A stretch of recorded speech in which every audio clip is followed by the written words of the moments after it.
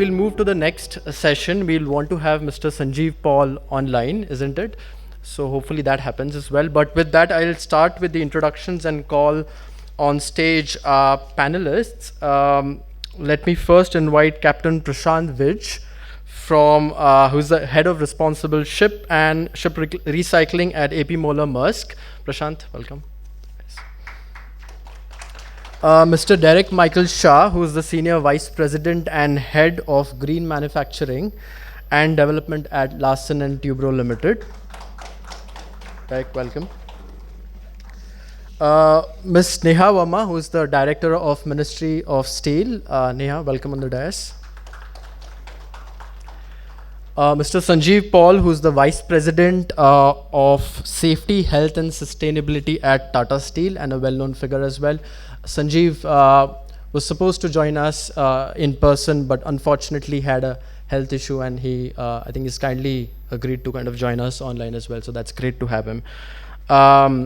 Last but not the least, I'll also invite Kumar on the panel as well, Policy and Impacts Director, Responsible Steel, and our technical partners to us.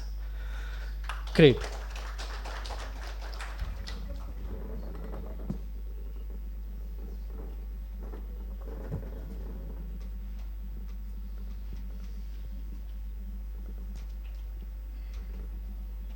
Great, thank you so much. We'll have a 30 minutes conversation, but just to kind of setting up a few caveats here before we get into the panel discussion. We've heard a lot about what responsible steel is. We've heard a lot about what the campaign is, what the partnership between the Climate Group and Responsible Steel looks like on this, and what are the objectives and ambitions that we want to achieve. Clearly, like all other campaigns, we would want to get more companies, we want to get more corporates signing up to the Steel Zero campaign. We want them to be ambitious, something that Mr. Kant, in fact, underlined several times as well. So that's really the part of the conversation. A big caveat and an idea which I would want to also spell out while we begin this conversation is that you will possibly notice that this conversation is a bit lopsided because you've also got a lot of players from the demand side. But that's really the way in which the Climate Group operates. We begin with the demand side and see if a lot of that can rub onto the supply side, and the supply side starts responding to the demand, which is for low carbon steel here. So while we do that, while that's the big rider on this, I would also want to say that we'll certainly want to link in those conversations with the supply side. We'll have some perspective coming from Mr. Derek on how the supply side should ideally respond to this. And of course, Shiva as well. And then from the ministry with Neha. So with that, let me start off with Maersk, with Prashant. Prashant, welcome again, and thanks for being there. Well, you know the context. Prashant. Maersk very recently has been in news. One, because it's advanced its net zero target by 10 years. It's also ruffled a few feathers in the shipping industry by taking a stance and moving out of the biggest shipping associations, ICS, because they weren't in line in terms of your climate targets. More importantly, you took the Steel Zero commitment.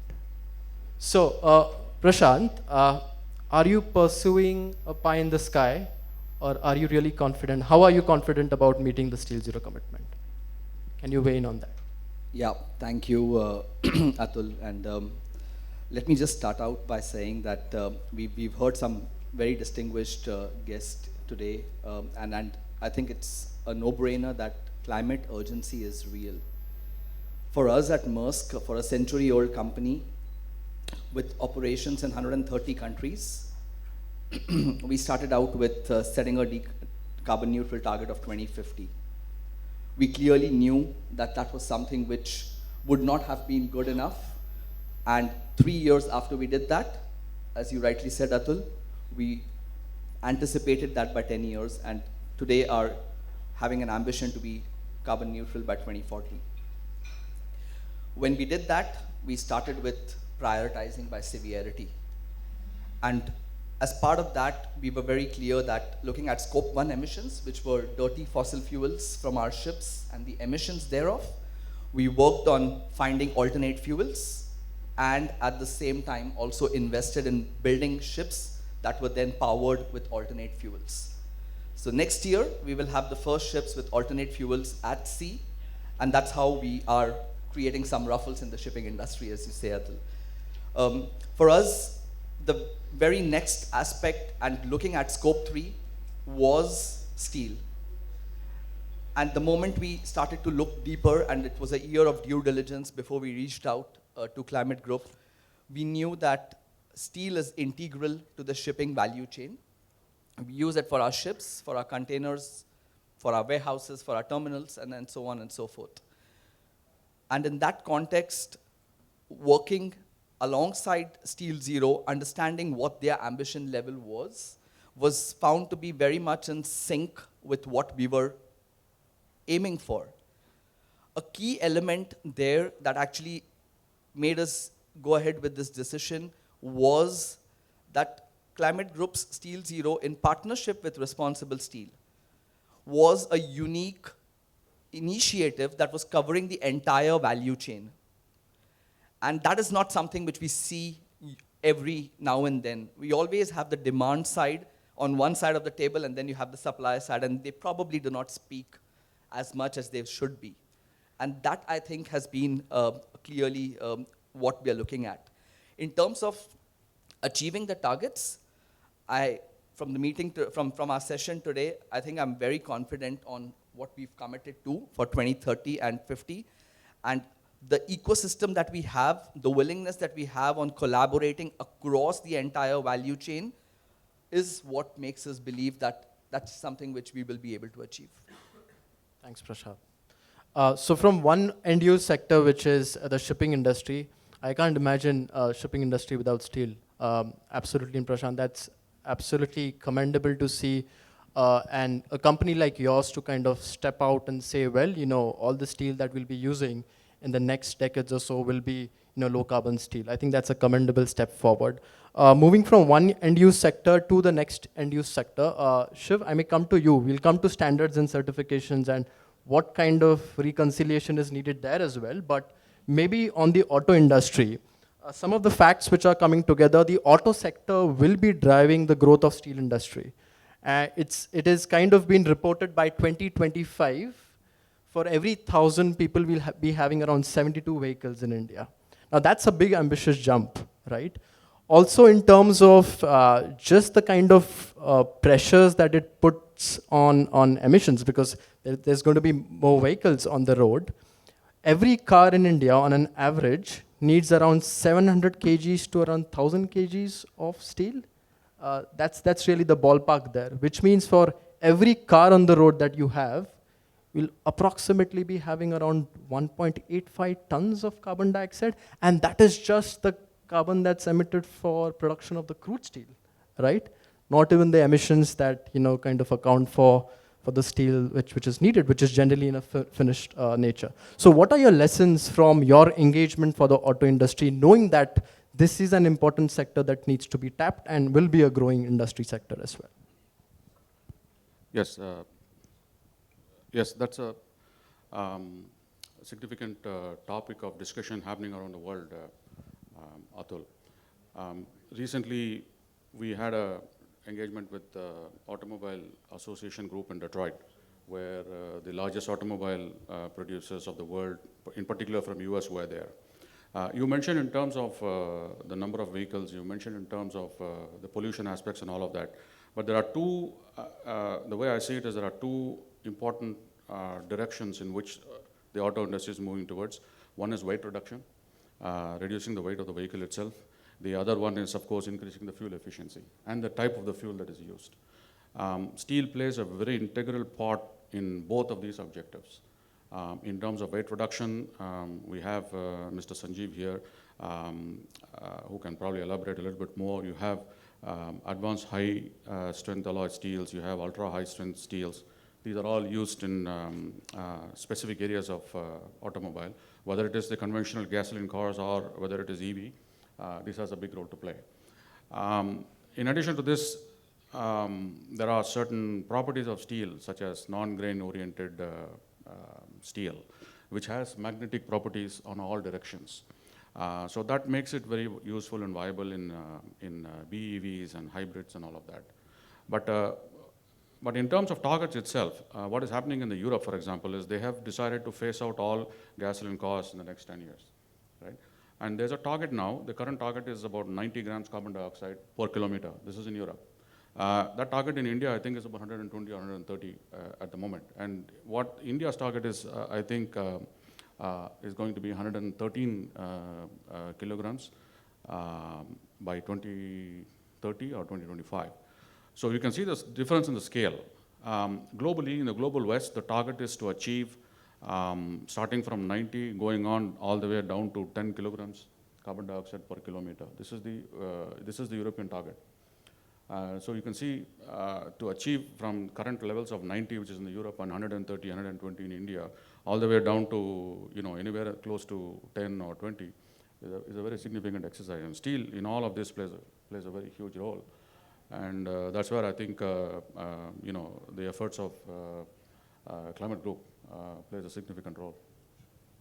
Thank you so much. Direct to you, the next question. A lot of the steel demand is expected to strongly grow in two sectors, and the presentation made by Avinash also spells that out. A lot of that strongest growth is expected to happen in the engineering and fabrication space. A lot of steel is going to be demanded naturally, and that continues to happen. That trend won't fall, I would say, in the infrastructure and the construction space as well. L&T, Larsen and Toubro, is an EPC behemoth, right? Not just one of the biggest entities, conglomerates in India, but one of the largest in the EPC space. You'd be consuming a lot of steel going ahead. You've got a net zero target as well for 2040. How do you reconcile that? Can you just weigh in and tell us, what efforts and what initiatives would Larsen and Toubro do to kind of be aligned with that target? Yeah, thanks, Atul. Yeah, I think you kind of brought the context where L&T is in this particular space, and you are very right. We are not only in the, let's say, EPC, construction, engineering, possibly in large way in the manufacturing also. And just to give you some numbers, L&T consumes 3 million tons of steel every year. So that's the number that we do. And naturally, that's so this particular subject is very important, the way we are speaking about it today in the context of the company, the country, and the universe. Now, if you look at it, being an EPC player, and donning the hat both as an EPC player and as a, let's say, a manufacturer or a fabricator, we do have our internal operations where we look at how to kind of do some recycling, etc., to contribute to this net zero, which is obviously small because the manufacturing is relatively much smaller than the EPC space. In the EPC space and the construction space, our contribution is huge in terms of how we look at the design of the structures, design of bridges, design of every kind of steel structures that we do. And the designs that we do incorporate the fashion in which we are able to minimize. So every element, every kg, every ton of steel that we minimize or reduce in these structures is actually in a way helps us to reduce the carbon footprint, number one. Number two,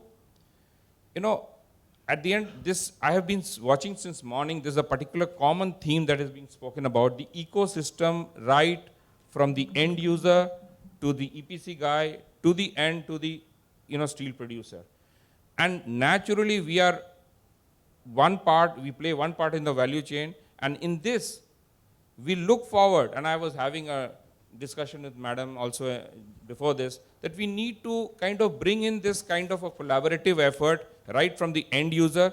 We are looking at, possibly even the government of India to play a role to bring in a mandate, to bring in some kind of, a percentage of green steel either in projects, such kind of mandates to come up in tenders.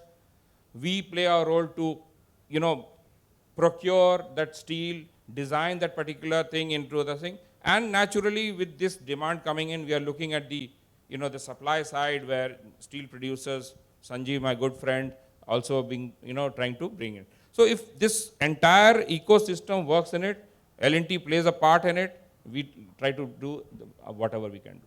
Thanks, Tarek. Now, I think it's interesting you know that a company like L&T would be open to respond to something like a green, procurement target put by the government, because naturally a lot of what you do is also responding to government infrastructure projects, isn't it? Yeah. So I think that's great too, and we'll come to that. No, I'll add one more point over here, that apart from looking at consumption of steel and what we are doing, on the green energy part of it, we are also playing a big role, that we are bringing in technologies to produce green hydrogen, manufacture electrolyzers, and therein, naturally, I said we don multiple hats when we, as L&T.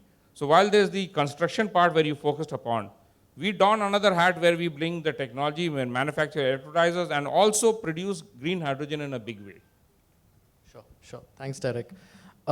Neha, coming to you, and thanks for being on the panel and bringing the Ministry of Steel perspective as well.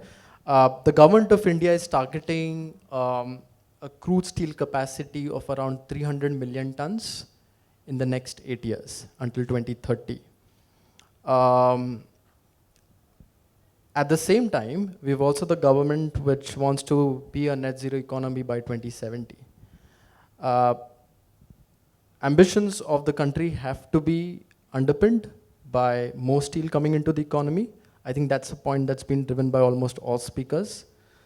What is the thinking? What's the outlook for the Ministry of Steel to de-link this production capacity growth, at the same time also looking at emissions on the other hand? So thank you, Atul. That's a great question, and which we keep on facing all the time. So as we move on from 154 million ton of capacity, crude steel capacity right now, to 300 million ton by 2030, as envisaged in our National Steel Policy 2017, we have realized that every step we take now has to be set on a low carbon emission pathway, because making green steel is no more a preferred choice. It's a necessity, keeping 2070 targets in our horizon. And as has already been talked about, that our emission footprint, carbon emission intensity, is 2.55 compared to 1.85 of the world average. So we really have a mammoth task trying to balance our ambitious target with our emission intensity targets. So government is committed to do so, and we are looking at the whole spectrum of pathways ranging from carbon avoidance, carbon minimization to carbon utilization. And right now I would like to tell you that we are working on a mission document which is going to come out and devise the roadmap for a transition, define the strategy as well as the action plan. And what we are looking for is a emission reduction target, incremental emission intensity reduction target for the industry, and it will be mandated for them. So we are setting short-term, medium-term, and long-term goals. So that is going to be very, very important, and it's going to give clear policy signals for the industry to gear up. We have come out with a framework for this decarbonization pathway with 5 pillars of energy efficiency, and all these have been talked about since morning. Energy efficiency, resource efficiency, energy transition, process transition, as well as deep decarbonization. Energy efficiency, we are already working with best available technologies, but it has a limitation to how much we can reduce the emission intensity, up to 15% or maximum to 20%. Resource efficiency is also very important. We are looking at using of high-grade iron ore through beneficiation and pelletization techniques. We are very focused on increasing the use of scrap, as has already been talked about. The scrap usage can itself reduce the emission intensity up to 85% if used at the levels of which is being used in the world. We have a very low availability of scrap right now. We are also looking at slag utilization in cement industry, in road making, as well as we are now working with use of plastics in replacement of coke in the blast furnaces. Talking about energy transition, as again has been talked about by Amitabh sir, that it's a I would say it's a low-hanging fruit because it's available right now. There are techno-economic problems with other breakthrough technologies, but it's available right now. If we utilize renewable energy, we can reduce carbon emission intensity by 10% in blast furnace route and up to 40% in DRI EF route. EF, I guess you know, it's electric arc furnace and induction furnace route. So that's a big number, but availability of renewable energy through maybe perhaps greener grid, captive solar plants or cluster plants for MSMEs is a key. And talking about process transition, that's very important. Right now, the technology is not there, but what we are aiming for is moving from carbon-intensive processes to gas-based production with interim pathways using natural gas blended with hydrogen. And we can keep on increasing the percentage of hydrogen. We cannot have a switch to move to green steel. We have to have that slow transition so that our industry can evolve towards the green steel. So that's what we are looking at. And then deep carbonization technologies like CCUS, carbon capture and utilization and storage is very important for India with the legacy capacity as well as brownfield expansion plans.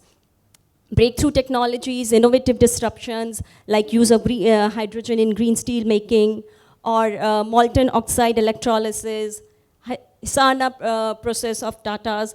These are all very important but not available at the commercial scale, and we are keenly looking forward for technological collaborations on these fronts.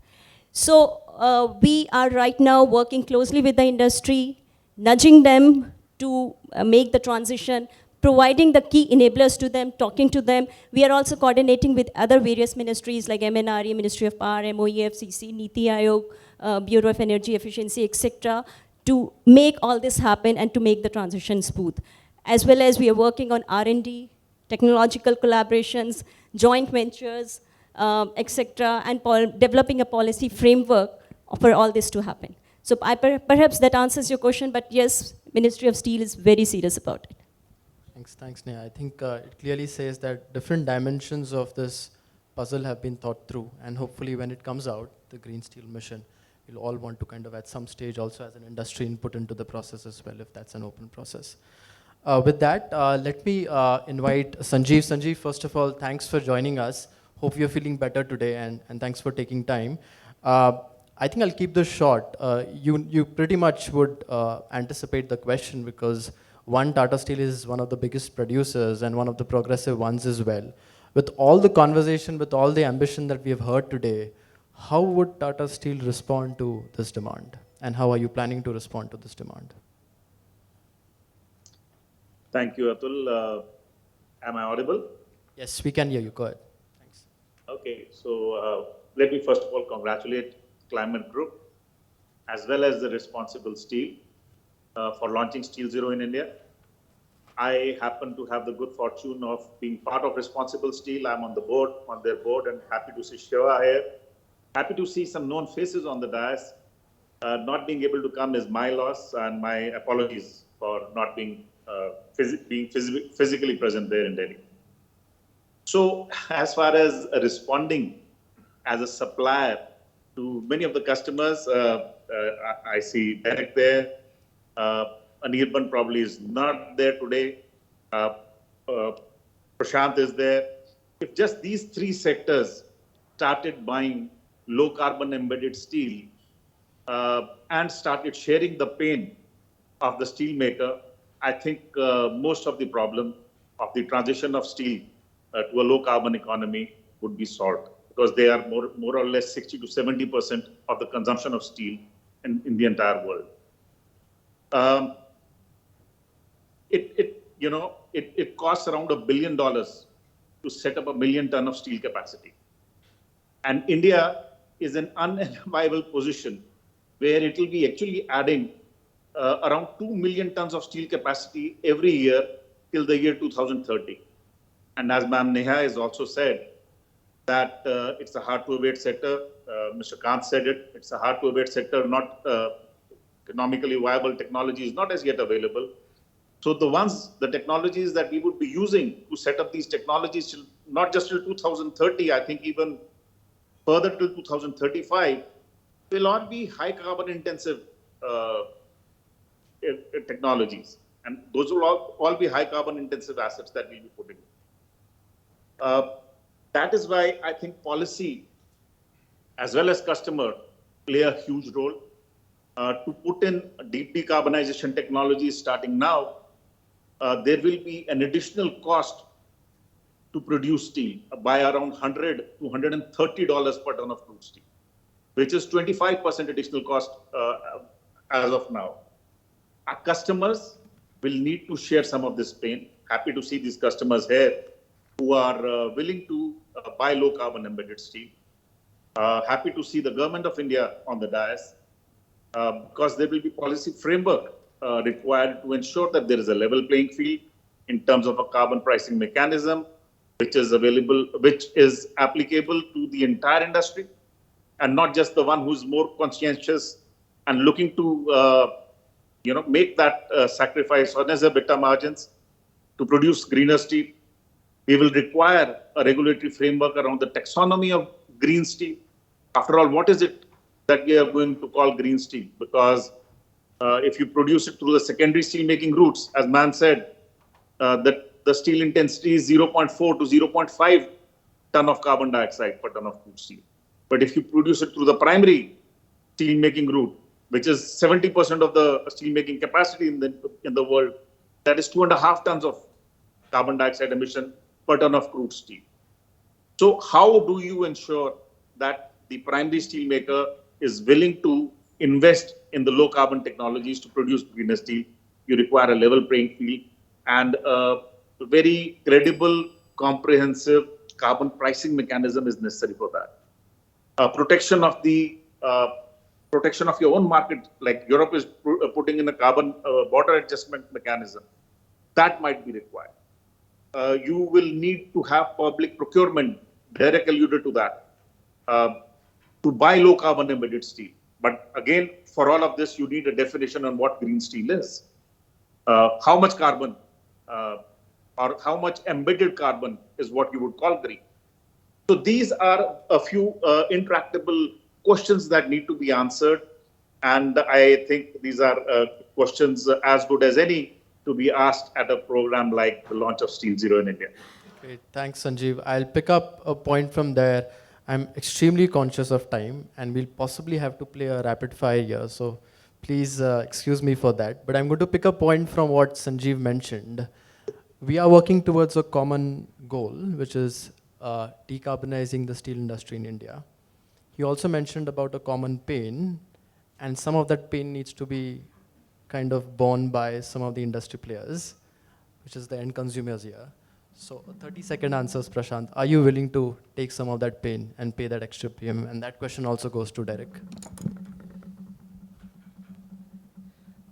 Yeah, absolutely. Let me start out by saying yes. I think it's not an option for us. And being leaders in container shipping and on our journey to be a transport and logistics integrator, we are absolutely committed to this. And sharing the pain, as Sanjiv said, and also about what ma'am said in terms of the scrap piece, we also are uniquely positioned in terms of actually bringing scrap back in the steel value chain with our ships being recycled. Today we recycle our ships in India already. We are unable to recycle our large ships in India. And given that the scrap deficit will increase from 25 to 50 million tons in less than a decade from now, with the Maritime India vision, we want to be a global leader in ship recycling. We are today number 2. We could be number 1, and with the large ships that we have, if we could use some of the defunct yards that are lying today on the coast and deep sea ports which are underutilized, we could actually bring a lot more scrap via ship recycling, which is not only efficient, but also much more competitive to the end supply chain. And we would be happy to actually play a role in making that happen and also committing volumes in the long term to India by ship recycling. Thanks, thanks Prashant. Derek, to you, but just before that, a good point that you brought up, Prashant, which is about playing that role of bringing scrap steel into the market. Clearly, I don't think so it's an obligation for a company like you to do that, but clearly it makes a lot of business and economic sense, which is kind of pushing you to think on those lines as well. Absolutely, Atul. I think as a global company, we map this across, and the way India is today positioned, I think it's a no-brainer that bringing scrap to India, where the demand for it is the most, is both economically as well as ecologically the most viable way to progress. With the underutilization of the coast at this point, with the defunct yards that we have, to be able to put them back, repurpose them, is something which we are really working towards and are wanting to bring all our ships, but on behalf of other European ship owners as well, because we've seen that they would piggyback on us, making the first mover advantage here, that we can bring a lot more scrap to India and help India achieve its Maritime India vision to be a global leader in ship recycling and thereby bring scrap. Love to forecast what kind of steel and how much steel can be pumped into the system because of companies like you at some point. Derek, a quick response. I'm just conscious of time. I'm conscious of the time, and I want to be very emphatic in my response that you spoke about the pain. And I repeat my point that in this complete chain of the end user, the EPC construction, and the supplier, we are ready to share the risks, the pain, as well as future gains that possibly come up. And when these three people, all the three or multiple stakeholders work together, we are very much a part of it. Great. Thanks, Derek. Final question, Shiv, to you. There's a lot spoken about standards and certification, and there clearly seems to be, a clash of ideologies between steel producers, between companies who are setting standards and benchmarks. Can you give some solace by saying what kind of reconciliation are we looking at? Is ResponsibleSteel going to be the only standards and benchmarking company, or are you willing to coexist? First of all, to answer that very, very important question, Atul, is we have to also understand what a standard is, right? Most of the other initiatives you talked about are either a framework or a report, or some sort of a document that says how steel decarbonization can take place. When we say something as a standard, which actually means that it has robust process that goes into it, it complies with certain global framework for standard setting, such as ICL is one such example. In addition to also setting out a standard, what is equally important is to have an assurance on implementing the standard. So the answer to the second question that you asked for is ResponsibleSteel the only global organization that is doing this currently? The answer is yes, because ResponsibleSteel is not only having a standard for steel decarbonization, but also it is backed by a very, very robust assurance. In fact, we take a lot of pride in our assurance and certification process because it's truly very rigorous and it goes through very meticulous process. But on the importance of standard, I took just a few more seconds, if I may take, is what Neha mentioned in terms of what the government is doing in developing a policy document. Standard sets the tone for policy. It supports policy making. Sanjiv mentioned about CBAM, which is likely to come in the next two years from the Europe and as well as from the US. A very robust standard supports and works with CBAM. So India has to be ready for all of these global changes that are happening, and on that standard and the work that Steel Zero does, etc., it's super critical. Thanks, Shiv. Neha and Sanjiv, the final word to you folks, if you want to add anything in response to what has been said before we go to the next part. So I just want to say that what Mr. Sanjiv said, I totally support that, and we are definitely working on that aspect in our mission document. We are trying to define green steel, come up with the taxonomy of green steel as has been defined by European Union, but it may be different because we have not yet evolved to that level of producing net zero green steel. And we are also working on benchmarking. That's also very, very important when we talk about the demand side pull for the green steel. MOF and we are working together on the eco-labeling of the green steel. So these are some of the things, and we are also trying to come up with certification, auditing, MRV mechanisms for the green steel.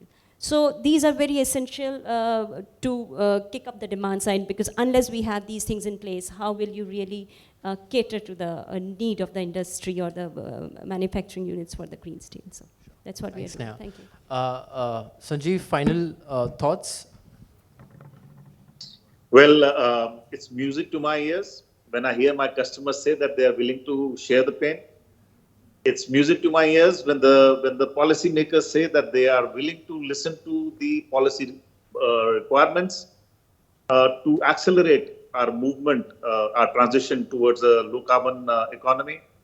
I can only tell you, as a producer, I think the lone producer here in the forum today, that we are on our journey.